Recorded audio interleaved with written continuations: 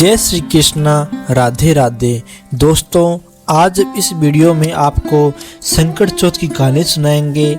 आप इस वीडियो को संपूर्ण देखिए और अपने विधि विधान के साथ संकट चौथ माता की कहानी सुनिए। चलिए वीडियो को शुरू करते हैं।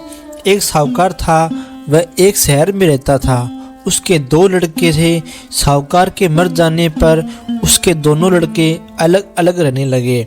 बड़े लड़के ने अपने छोटे भाई को रीता के घर में निकाल दिया, उसे कुछ भी नहीं दिया और सारा धन अपने पास रख लिया। बड़ा भाई बड़े मौज से रहता था क्योंकि उसके पास खूब धन था। छोटा भाई बहुत दुखी रहने लगा। छोटा भाई मजदूरी करने जाता और उसकी बहू जेठानी के यहाँ चौका बर्तन करती।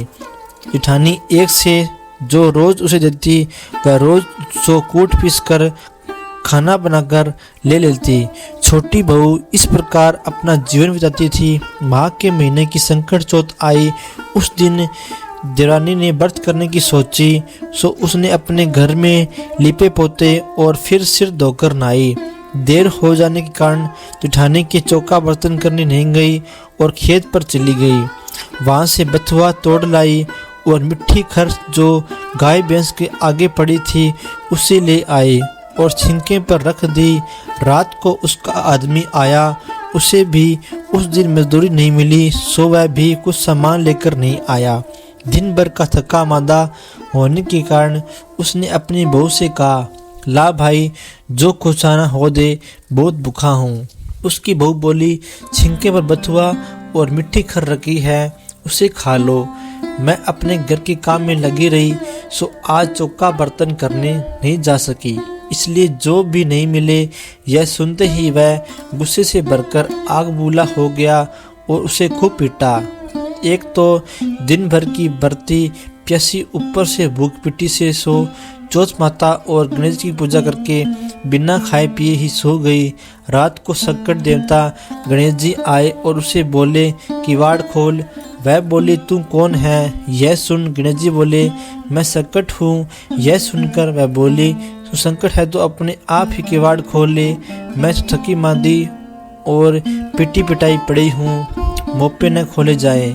इतना सुनते ही संकट देवता भीतर घर में आ गए और बोले, मुझे भूख लगी है, खाने को तू दे।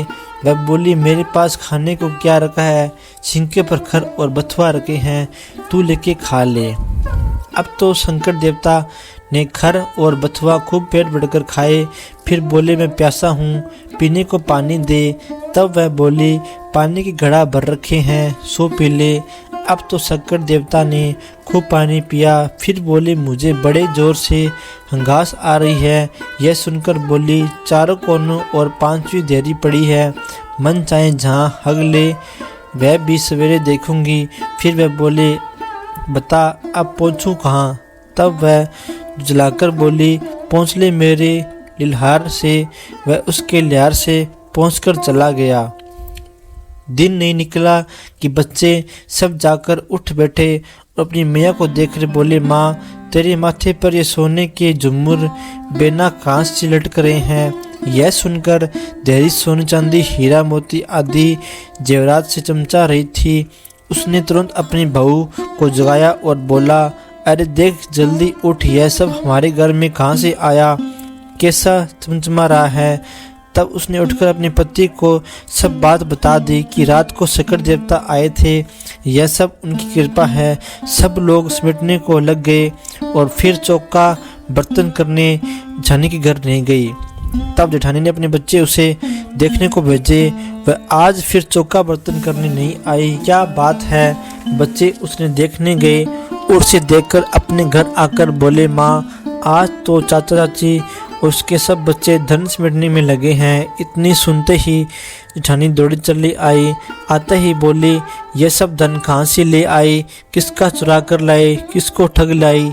यह सुन देवरानी बोली, मैं किसी का नहीं लाई, मुझे तो संकट देवता ने दिया है। मैंने बाकी पूजा की और व्रत किया, सो हमें तो चौथ माई ने दिए हैं। और सोचने लगी कि कब माँ की चौथ आवे और कब मैं व्रत करूं।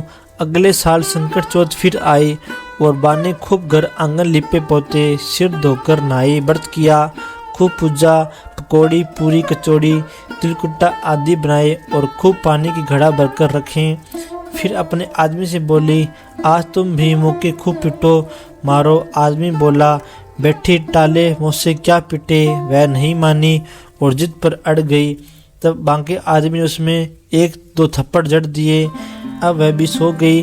रात को भी संकट देवता आए, बोले किवाड़ खोल। वह बोली, तू कौन है?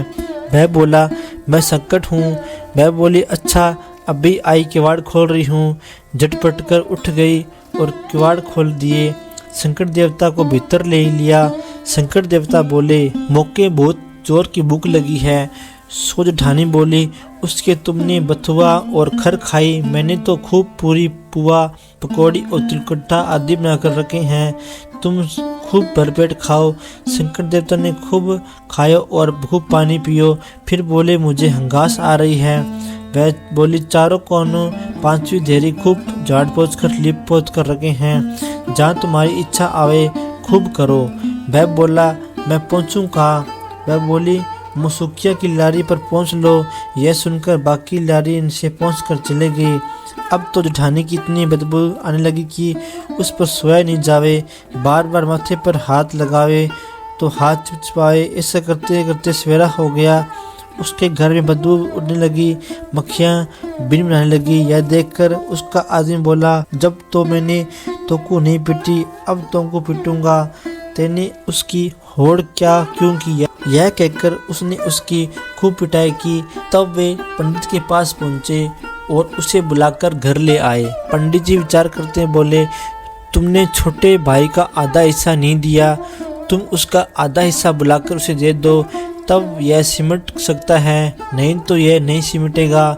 जब उसने अपने छोटे भाई को बुलाकर उसका आधा हिस्सा उसे दे दिया, वह सब जगह से सिमट गया, एक जगह से नहीं सिमटा। तब पंडित जी बोले, यहाँ पर भी कुछ है, उसमें भी उसे दे दो, तब यह सिमटेगा।